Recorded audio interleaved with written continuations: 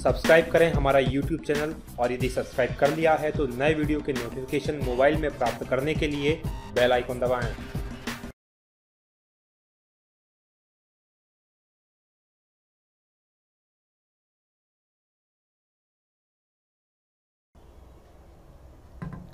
साथियों नमस्कार, स्वागत है आपका डी&के एकेडमी के वीडियोस में। मैं हूं भगवत दांगी, फाउंडर डी&के एकेडमी।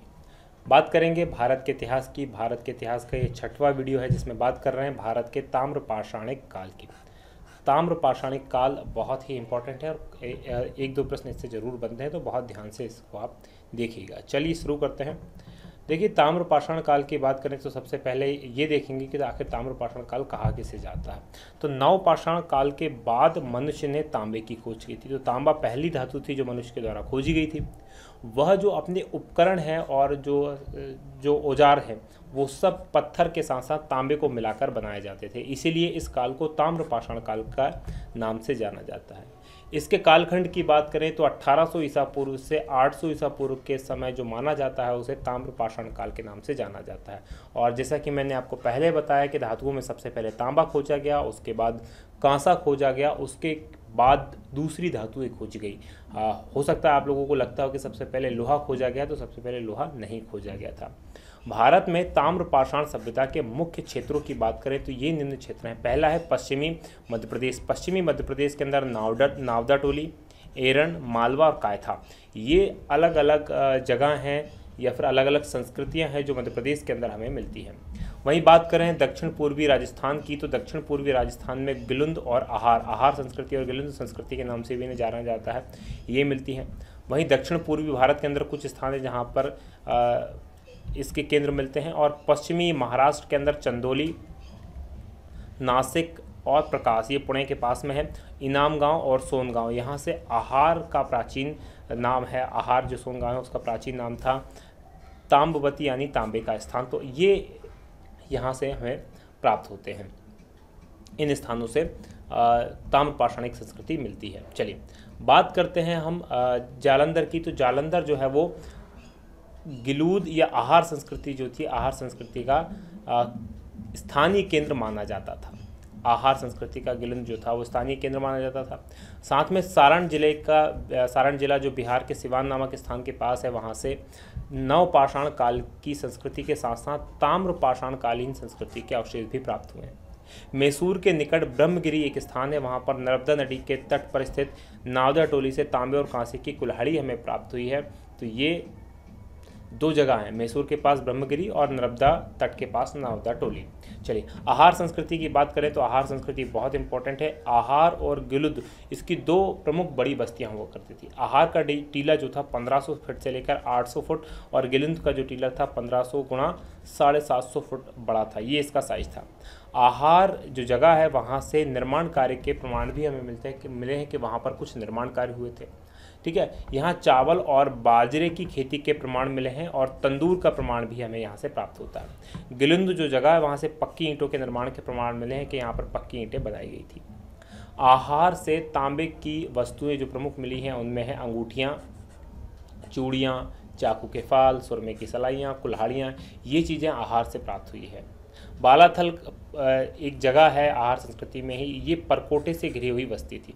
वहीं चित्रित भांडों की बात करें, भांड मतलब बर्तन जो होते हैं उन्हें भांड कहा जाता है। तो चित्रित भांडों के अवशेष जो है हमें ताम्रपाषाणिक काल में मिलते हैं।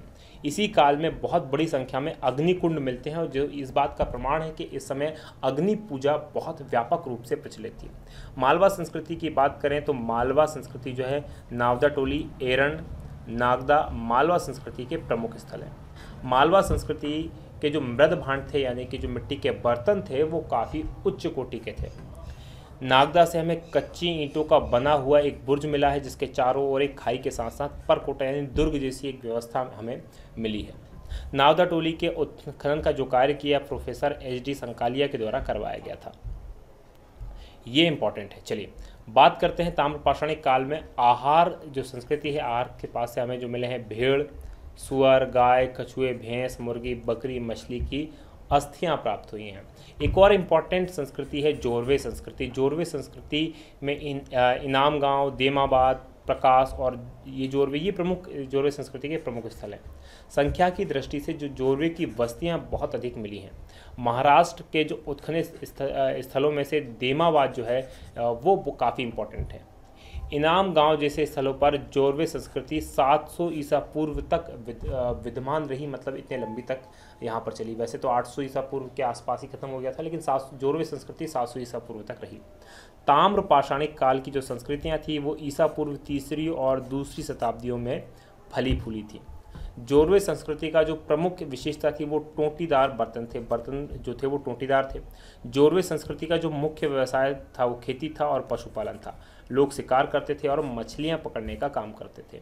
वस्तु विनिमय यानी कि वस्तु के बदले वस्तु जैसे कि अगर किसी को गेहूं चाहिए और किसी को चावल चाहिए तो वो एक दूसरे से एक्सचेंज करते थे। मुद्रा की कोई व्यवस्था नहीं थी, तो वस्तु विनिमय से लोग व्यापार किया करते थे।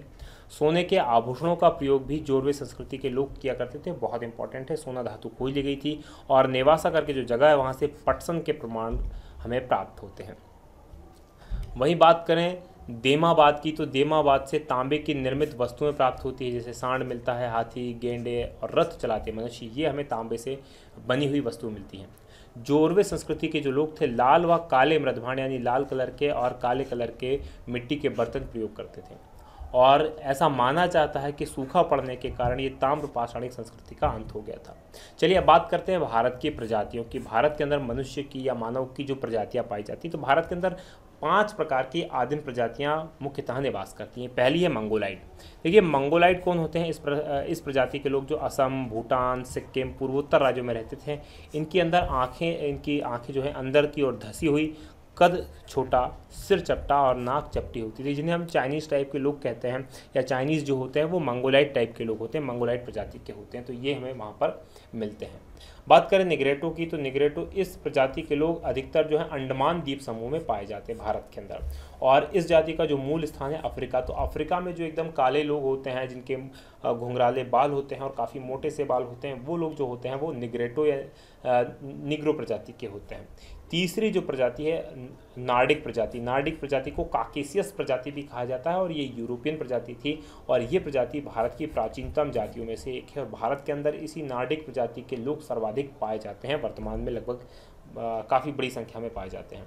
चलिए बात करते हैं चौथी जो प्रजाति है वो भूमध्य सागरीय द्रविड़ प्रजाति है। तो भारत में ये साउथ में इस तरह के लोग आपको मिल जाएंगे। तो भारत के द्रविड़ प्रजाति के लोग भूमध्य सागरीय प्रदेश से आकर बसे थे। इनके निवास स्थान था पंजाब, सिंध, मालवा, महाराष्ट्र, गंगा जमुना का दोआब। ये जो क्षेत्र था यहाँ पर लोग ये रहते थे। छोटा कद, छोटी नाक, बड़ा सिर, काली चमड़ी, इनकी ये शारीरिक विशेषताएं थी जो साउथ इंडिया में आपको देखने को मिलते हैं। ये भूमध्य सागरीय है। वहीं बात करें प्रोटो ऑस्ट्रेलाइड की, 5वां प्रकार है प्रोटो ऑस्ट्रेलाइड। ये जो प्रजाति है बर्मा, मलाया और इंडोनेशिया से आकर भारत में बसी थी। आर्यों के भारत के आने के समय भारत के पंजाब और दक्षिण भारत में ये लोग निवास करते हैं। तो ये 5 प्रजातियां हैं जो भारत के अंदर पाई जाती हैं।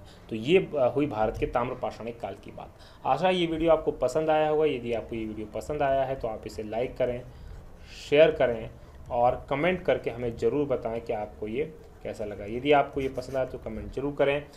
आज की बात हम यहीं समाप्त करेंगे। आप देख रहे थे D&K एकेडमी, जो है नंबर 1 GK चैनल। बहुत बहुत धन्यवाद। जय हिंद, जय भारत।